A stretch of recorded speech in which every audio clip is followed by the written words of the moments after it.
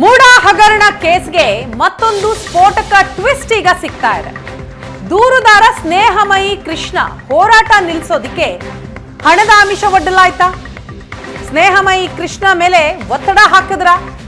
ಎಸಂತ ಮಾಹಿತಿಗಳೀಗ ಸಿಗ್ತಾ ಇದೆ. ಮೂಡ ಹಗರಣ ಕೇಸ್ಗೆ ಮತ್ತೊಂದು ಸ್ಫೋಟಕ ಟ್ವಿಸ್ಟ್ ಇದು. ದೂರುದಾರ ಸ್ನೇಹಮಯಿ ಕೃಷ್ಣ ತಮ್ಮ ಹೋರಾಟವನ್ನ ನಿಲ್ಲಿಸಬೇಕು ಅಂತ ಹೇಳಿನೇ ಅವ್ರಿಗೆ ಹಣದ ಆಮಿಷ ಒಡ್ಡಲಾಯ್ತಾ? ಅವರ ಮೇಲೆ ಒತ್ತಡ ಹಾಕಲಾಯ್ತಾ?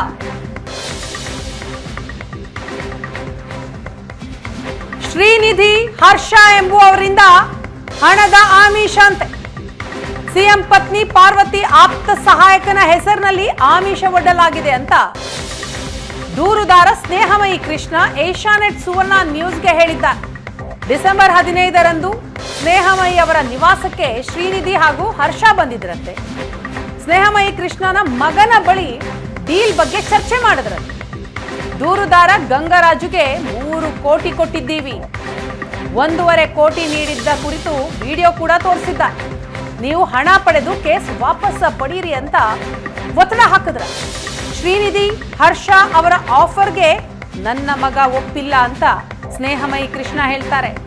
ಹಣಕ್ಕೆ ಬೇಡಿಕೆ ಇಟ್ಟ ಬಗ್ಗೆ ನಾನು ದೂರು ಕೊಡ್ತೀನಿ, ಇಡಿ ಲೋಕಾಯುಕ್ತಕ್ಕೆ ದೂರು ಕೊಡ್ತೀನಿ. ಹಣದ ಆಮಿಷದ ಬಗ್ಗೆ ಸಿಸಿಟಿವಿ ಸಾಕ್ಷಿ ನೀಡಿದ್ದಾರೆ ಸ್ನೇಹಮಯಿ ಕೃಷ್ಣ. ಈ ಕುರಿತಾಗಿ ದೂರು ಕೊಡ್ತೀನಿ ಅಂತಲೂ ಕೂಡ ಮುಂದಾಗಿದ್ದಾರೆ. ಶ್ರೀನಿಧಿ ಹರ್ಷ ಎಂಬುವವರು ಸ್ನೇಹಮಯಿ ಕೃಷ್ಣ ಮಗನ ಬಳಿ ಬಂದು ಡೀಲ್ ವಿಚಾರ ಪ್ರಸ್ತಾಪ ಮಾಡ್ತಾರೆ. ಸಿಸಿಟಿವಿ ಫುಟೇಜ್ ಅನ್ನ ನೀವು ಗಮನಿಸ್ತಾ ಇದ್ದೀರಿ. ಹಣದ ಆಮಿಷದ ಬಗ್ಗೆ ಸ್ನೇಹಮಯಿ ಕೃಷ್ಣ ಅವರು ರಿಲೀಸ್ ಮಾಡಿದಂತಹ ಸಿಸಿಟಿವಿ ಫುಟೇಜ್ ಇದು.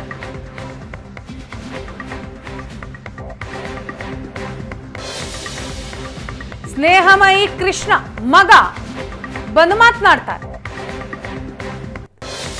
ಮನೆಯಿಂದ ಆಚೆ ಬಂದು ಆ ವ್ಯಕ್ತಿ ಜೊತೆ ಮಾತನಾಡ್ತಾ ಇರುವ ವ್ಯಕ್ತಿ ಅದು ಸ್ನೇಹಮಯಿ ಕೃಷ್ಣ ಅವರ ಮಗ. ಡೀಲ್ನ ಬಗ್ಗೆ ಚರ್ಚೆ ಮಾಡಿದ್ದಾರಂತೆ. ಜೊತೆಗೆ ಆ ವ್ಯಕ್ತಿ ಗಂಗರಾಜುಗೆ 3 ಕೋಟಿ ಕೊಟ್ಟಿದ್ದೀವಿ, ಅದರಲ್ಲಿ 1.5 ಕೋಟಿ ಕೊಟ್ಟಿರುವ ವಿಡಿಯೋವನ್ನು ಕೂಡ ತೋರಿಸಿದ್ದಾರಂತೆ. ಈ ಕುರಿತಾಗಿ ನಾನು ದೂರು ಕೊಡ್ತೀನಿ ಅಂತ ಸ್ನೇಹಮಯಿ ಕೃಷ್ಣ ಈಗ ಮುಂದಾಗಿದ್ದ. ಮೂಡ ಹಗರಣದಲ್ಲಿ ಸಿಎಂ ವಿರುದ್ಧ ಹೋರಾಟವನ್ನು ಮಾಡ್ತಾ ಇರ್ತಕ್ಕಂಥ ಸ್ನೇಹಮಯಿ ಕೃಷ್ಣ ಅವರು ಈಗ ಹೊಸದೊಂದು ಆರೋಪವನ್ನು ಮಾಡ್ತಾ ಇದ್ದಾರೆ. ಪ್ರಕರಣಕ್ಕೆ ಸ್ಫೋಟಕ ತಿರುವನ್ನು ಕೊಟ್ಟಿರ್ತಕ್ಕಂಥ ಇನ್ನು ವಿಚಾರದ ಬಗ್ಗೆ ಈಗ ಸ್ನೇಹಮಯಿ ಕೃಷ್ಣ ಅವರು ನಮ್ಮ ಜೊತೆಗಿದ್ದಾರೆ, ಅವ್ರನ್ನ ಮಾತಾಡ್ಸೋಣ. ಸರ್, ಏನು ಸರ್ ಕಳೆದ 13ನೇ ತಾರೀಕು ನಾನು ಮೈಸೂರು ನಗರ ಅಭಿವೃದ್ಧಿ ಪ್ರಾಧಿಕಾರ ಬಳಿ ಇದ್ದಾಗ ನಂಗೆ ಪರಿಚಯ ಇರ್ತಕ್ಕಂಥ ಶ್ರೀನಿಧಿಯವರು ಬಂದರು. ಅವ್ರ ಜೊತೆ ಒಬ್ಬ ವ್ಯಕ್ತಿಯನ್ನು ಬಂದಿದ್ದರು. ಅವ್ರನ್ನ ಪರಿಚಯ ಮಾಡ್ಕೊಂಡು ಇವರು ಹರ್ಷ ಅಂತೇಳಿ ಇವ್ರು ನಿಮ್ಮ ಜೊತೆ ಏನೋ ಮಾತಾಡಬೇಕು ಅಂತ ಹೇಳಿದ್ರು. ಅವ್ರು ನನ್ನ ಕಾಲು ಬೀಳಕ್ಕೆ ಬಂದರು. ನಾನು ಯಾಕೆ ಸರ್ ಬೀಳ್ತಾರೆ ಆಗಲ್ಲ, ನನಗೆ ಇಷ್ಟ ಆಗಲ್ಲ ಅಂತೇಳಿ ನಾನು ಹಿಂದೆ ಸರ್ ಇಲ್ಲ ಪಾರ್ವತಿ ಅಮ್ಮನ ಪರವಾಗಿ ನಾನು ಬಂದಿದ್ದೀನಿ. ನಾನು ಅವ್ರಿಗೆ ಆಪ್ತ ಸಹಾಯಕ. ಅವ್ರ ಪರಿಸ್ಥಿತಿ ನೋಡೋಕ್ಕಾಗ್ತಿಲ್ಲ, ಅವ್ರ ಮಾನಸಿಕ ತುಂಬ ಕೊಗ್ಗೋಗಿದ್ದಾರೆ, ಸರಿಯಾಗಿ ಊಟ ನಿದ್ದೆ ಮಾಡ್ತಿಲ್ಲ. ಹಾಗಾಗಿ ದಯವಿಟ್ಟು ನೀವು CBI ಪ್ರಕರಣ CBI ಕೊಡಿಸ್ಬಿಡಿ, ಲೋಕಾಯುಕ್ತ ತನಿಖೆ ಏನು ನಡೀತೆ ನಡೀಲಿ ಹಾಗೆ ಅಂತ ಹೇಳೋರು. ನಾನು ಇಲ್ಲ ಸರ್, ನಾನು ಮುಂದಿಟ್ಟೆ ಜನ ಹಿಂದೆ ಹೇಳಲ್ಲ, ನಾನು ಯಾವುದೇ ಕಾರಣಕ್ಕೂ ಹಿಂದೆ ಸರಿಯಾದ ಪ್ರಶ್ನೆ ಇಲ್ಲ. ಅದು CBI ತನಿಖೆ ನಡೆದೇನು ಲೋಕಾಯುಕ್ತ ತನಿಖೆ ನಡೆದೇನು ಎಲ್ಲ ಸತ್ಯ ಏನಿದೆ ಅದು ಈಚೆ ಬರ್ತಾಗೆ ಅಂತ ಹೇಳಿದೆ. ಇಲ್ಲ CBI ತನಿಖೆ ಕೊಟ್ಟರೆ ಅಮ್ಮವ್ರು ತೊಂದರೆ ಆಗುತ್ತೆ ಹಾಗೆ ಅಂತ ಹೇಳೋರು. ನಾನು ಅದಕ್ಕೆಲ್ಲ ಏನು ಮಾಡೋಕ್ಕಾಗಲ್ಲ ಅಂತಂದೆ.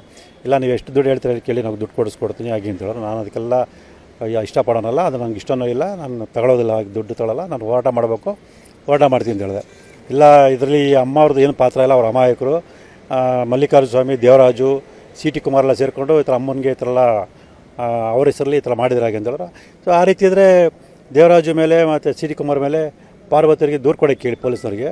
ತನಿಖೆ ನಡೆದಾಗ ಸೊ ಇವ್ರದ್ದೇನು ಪಾತ್ರ ಇಲ್ಲ, ಅವರು ಈ ಥರ ಎಲ್ಲ ವಂಚನೆ ಮಾಡ್ಕೊಂಡು ಬಂದರೆ ಅವ್ರಿಗೆ ಶಿಕ್ಷೆ ಆಗುತ್ತೆ ಅಂತ ಹೇಳಿದೆ. ಆ ರೀತಿ ಆಗಲ್ಲ ಸರ್, ನೀವು ದೊಡ್ಡ ಮನಸ್ಸು ಮಾಡಿ ತುಂಬ ಒತ್ತಾಯ ಮಾಡಿ ನಾವು ಯಾಕೆ ಅದು ಮಾಡಲ್ಲ ಅಂತ ಹೇಳಿದೆ. ಮತ್ತು ನಿಧಿಯವ್ರಿಗೂ ಕೇಳಿದೆ, ಮತ್ತೇನು ಸಲ ಇವನ್ನೆಲ್ಲ ಕರ್ಕೊಂಬರ್ಬೇಡಿ ನೀವು ಈ ಥರ ಎಲ್ಲ ಅಂತೇಳಿ ಅವ್ರಿಗೂ ಹೇಳಿಕ್ಕೆ ನಾನು ಇದು ಮಾಡಿದೆ. ಸರ್, ಬಂದಿದ್ದಂಥ ಇಬ್ಬರನ್ನ ನೀವು ಎಲ್ಲರೂ ನೋಡಿದ್ರ? ಯಾರು ಶ್ರೀನಿಧಿ ಅಂದರೆ ಯಾರು, ಹರ್ಷ ಅಂದರೆ ಯಾರು?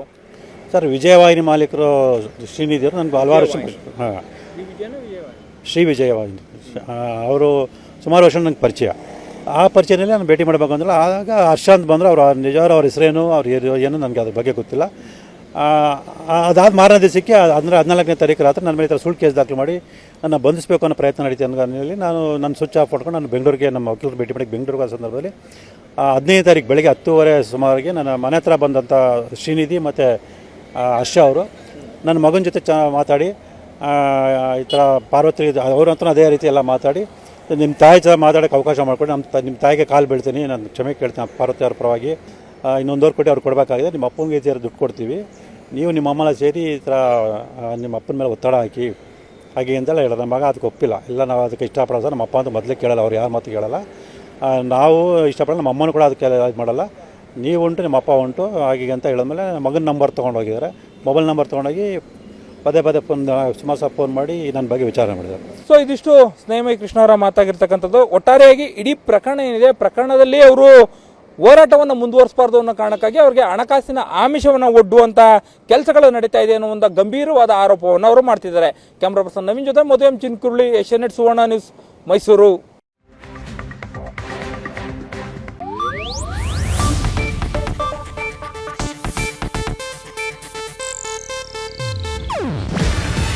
ಇದು ಏಷ್ಯಾನೆಟ್ ನ್ಯೂಸ್ ನೆಟ್ವರ್ಕ್ ಪ್ರಸ್ತುತಿ. ನೀವು ನೋಡ್ತಿದ್ದೀರಾ ಏಷ್ಯಾನೆಟ್ ಸುವರ್ಣ ನ್ಯೂಸ್.